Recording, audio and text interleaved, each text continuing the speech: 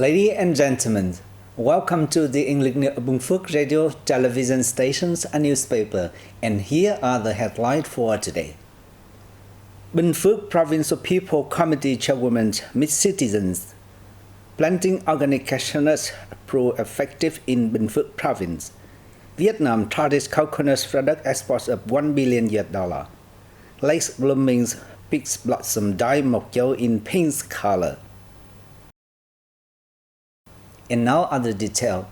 Chairwoman of the Binh Phuoc Provincial People Committee Trần Tuệ Hiền and leaders from a number of departments and localities held a meeting recently with citizens to understand people's thoughts and feelings. Chairwoman of the Provincial People's Committee Trần Tuệ Hiền and leaders from departments and localities heard recommendations from households in Hớn Quản and Bù Đốc districts relating to benefits of upgrading and expanding local traffic routes. According to the chairwoman, the province is now in the process of improving its infrastructure to serve economic development, and thousands of local households have voluntarily donated land and architectural items to renew and expand roads.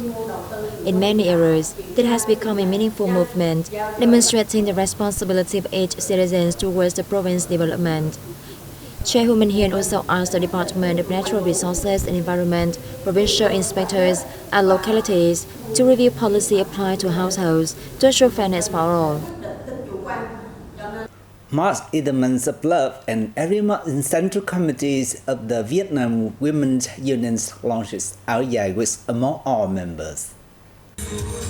Wearing the áo dài, traditional Vietnamese long dress, makes women appear gentle and graceful. The áo dài does not discriminate between classes, rich or poor, and every woman can wear it, as behind it is not only the story of the outfit, but also the issue of affirming cultural sovereignty of the áo dài. Áo dài Week was initiated by the Vietnam Women's Union in 2019 to celebrate the International Women's Day on March the 8th. Local branches of the Women's Union have held practical and meaningful activities in response to the program, including áo dài shows, contests, and donating áo dài to disadvantaged women, thereby promoting the beauty of the outfit in all aspects of life and honoring its cultural value. Wearing an áo dài is also an act of honoring and preserving the outfit and affirming Vietnam's cultural identity. Ladies and gentlemen, cashew is a main crop primarily planted in Vietnam's southeast provinces. Many cashew growing area has been heavily affected by climate change over recent years, leading to a decline in yields and qualities. In Binh Phuoc, organic cashew cultivation has proven effective with consecutive bumper harvest. The Red Cashew Agricultural Cooperative in Long Hưng Commune, Phu Rien District, is typical in applying organic and biosafety farming. Farmers in the cooperative have links with centers and the provincial agricultural sector to select cashew varieties suitable for the local soil and cooperate in planting for high yields. At the same time, the cooperative actively monitors growing areas to prevent and control pests. According to the Binh Phuoc Department of Agriculture and Rural Development, organic cashew production is the right direction to take, gradually changing thinking in traditional production to bring sustainable efficiency to cashew areas and growers. Binh Phuoc currently has about 150,000 hectares of cashew growing areas, of which 3,200 hectares meet organic standards and gain 2 to 3 tons per hectare. Organic growing is gradually replacing old, low-yield cashew areas, creating large sources for raw materials for the cashew industry.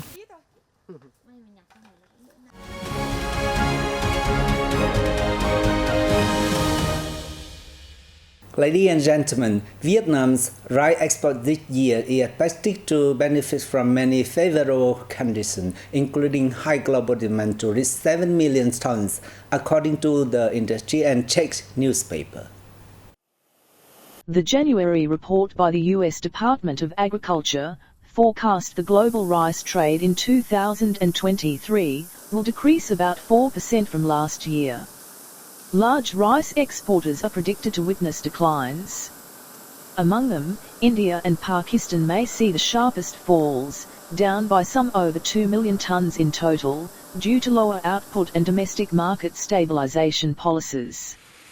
Climate change impacts and drought in the US, Europe, and China are posing a risk of supply shortages, the Foreign Trade Agency under the Ministry of Industry and Trade, told a recent conference on rice export. Aside from rising global demand, improved quality has also boosted importing countries' demand for Vietnamese rice, the agency noted, expecting an export volume of 6.57 million tons in 2023. Exports of coconut products was $900 million last year and are expected to top $1 billion this year, according to the Vietnam Coconut Association. The Vietnam Coconut Association said Vietnam has risen to 4th place in Asia in terms of coconut exports. Every part of the coconut tree, fruits, wood, leaves has a use. The processing industry has developed some 200 products like candy, fiber, shell charcoal, oil, coconut milk, and carpet besides fresh coconut. It has invested in production technologies to make products of international quality and export to many markets, including demanding ones. Firms exported coconut wood last year, and many businesses now report large export orders for it and coconut shell for making handicrafts. The association is coordinating with several industries and localities to organize activities to expand production capacity and build brands for coconut products. Vietnam has 175,000 hectares under coconut, mainly in Mekong Delta and the Central Coast.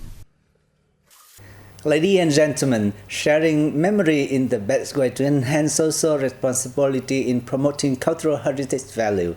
A recent workshop held in Hanoi by the National Archives Center here.